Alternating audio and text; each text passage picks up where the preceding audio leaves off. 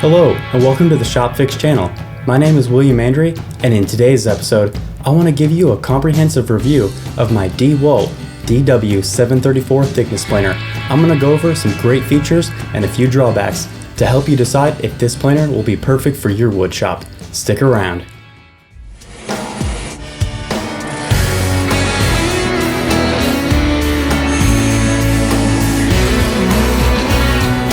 Shopfix, for the love of woodworking.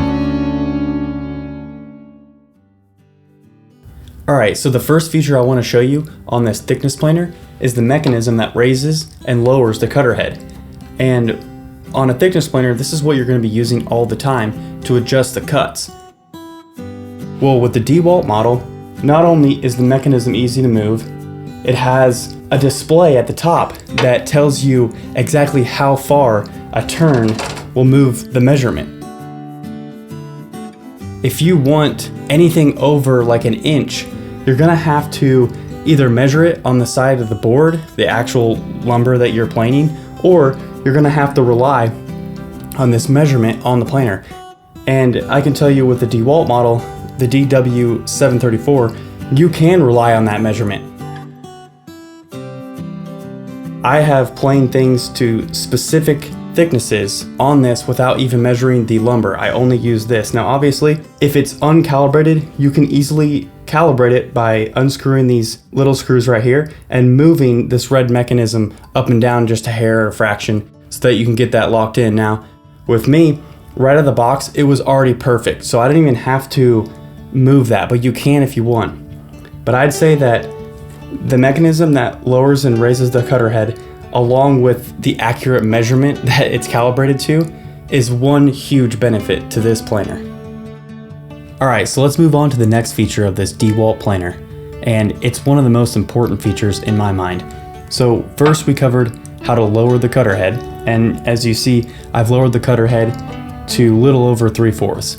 And I have a piece here, and I want to show you that this little area right here is the material removal gauge, and that's what I want to talk about next.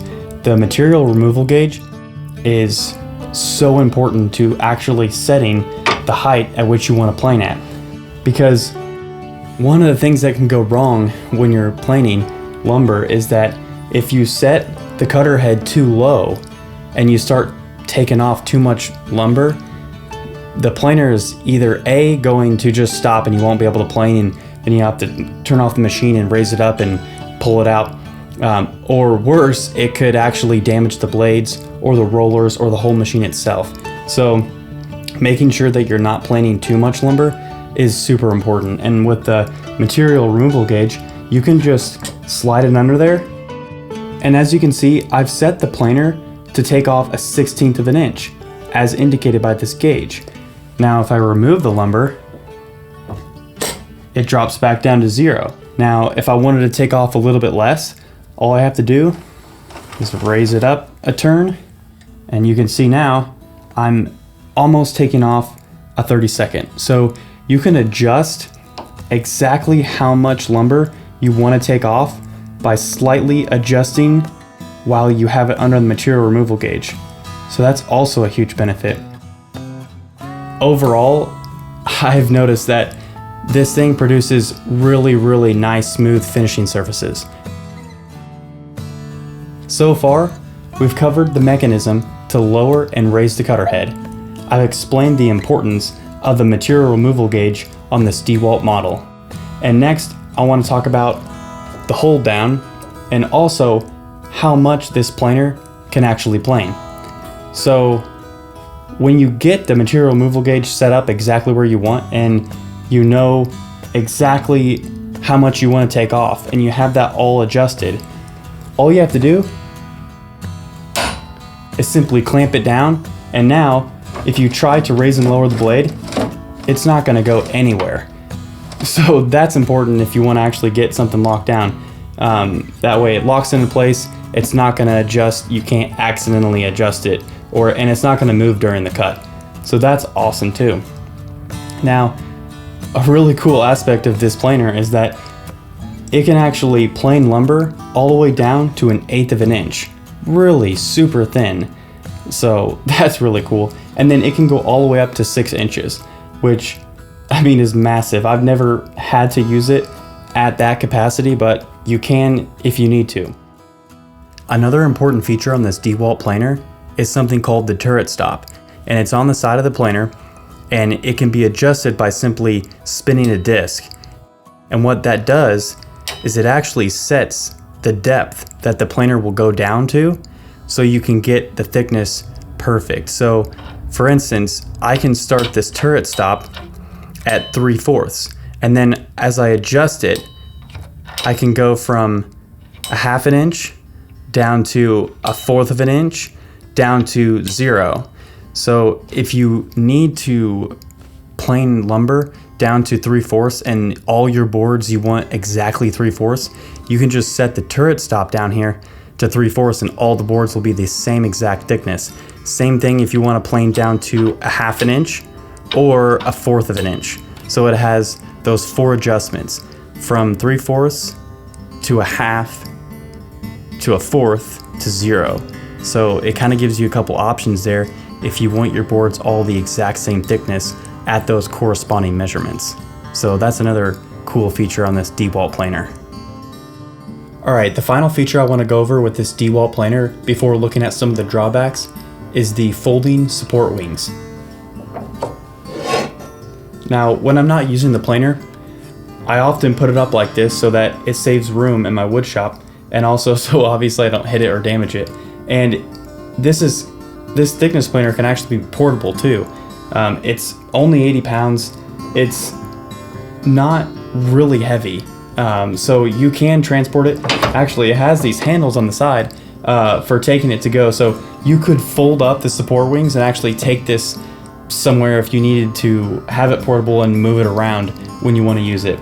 But when you're ready to use it, you can simply fold out the support wings, and I can tell you that these are really strong and they stay level really great. You can actually adjust them underneath. You can see these little nuts and bolts right here, and you can adjust those up and down to adjust the height at which this is going to rest. And so right out of the box, it was perfect. I've actually never had to adjust that ever before. So, I mean, it doesn't really go anywhere. It's strong. And not only is the position sturdy, but I've had a whole planer sled on this. It's 4 feet long. You put lumber on it and it doesn't go anywhere. It can support the whole workpiece on this end. And then as I send it through, it will support the whole planer sled while it's going through. As far as the strength of the wings and durability and sturdiness, it's top notch. I often forget how important the foldable support wings are because it just seems to be ingrained in the planer. Like, I can't imagine the planer without the foldable support wings, but some portable planers out there just don't come with that. So obviously nowadays a lot do because of how important it is. But I'll tell you what, these foldable support wings are incredibly useful, sturdy, and all around a great feature to this Dewalt planer that I've enjoyed using. Alright, so this Dewalt planer has a 12.5 inch planing capacity, and what that means is that you can put boards up to 12.5 inches in width through the planer and it'll have no problem. That's the planing width. Now, some may view this as a drawback because, you know, some may need to plane much wider boards than 12.5 inches. For me, I knew I could work around that capacity. Obviously, I would love if this planer planed wider boards, but it's not that hard of a workaround for me. So during this review, I've covered a lot of features that had great benefits, and a lot of them I haven't had any issues with whatsoever. The only issue that I've had with this planer is in regards to its dust collection system. Now, when I first got this planer, I thought that the dust collection system on it would be completely sufficient. I thought it looked like it was a really good setup, and you can see that I've actually connected it to a dust hose line that goes to a central dust collection unit. So I have it set up perfectly. So the issue that I've had with this planer as far as dust collection goes is that after planing a few pieces of lumber, this side of this dust collection port starts getting clogged. And it's just because as the chips shoot out, some of them don't get swooped back into the left side. So they start building up over here on this side of the port.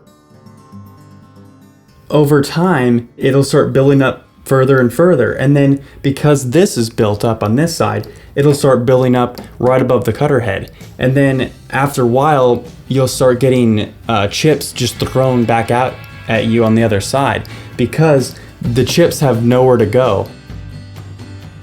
Now, it doesn't happen right away, but it does happen frequently. And so I've been thinking about making a custom dust port that either goes from like the center right here or something in that manner to where the suction isn't just on one side, because that's the problem with this, is that there isn't enough suction on this side, and that's where the planer chips will start getting clogged up. So that's my one little issue. Out of everything, the fact that that is one of the only issues of the planer chips just getting clogged on that side tells you how great this planer actually is. Well, that about wraps it up for today's review of the Dewalt DW734 thickness planer. If you like this review, don't forget to smash that like button. And if you have any questions about any of the features that I've shown you on this Dewalt planer, just comment below and I'll be sure to respond. Well, that's about it for this episode. I'll see you next time.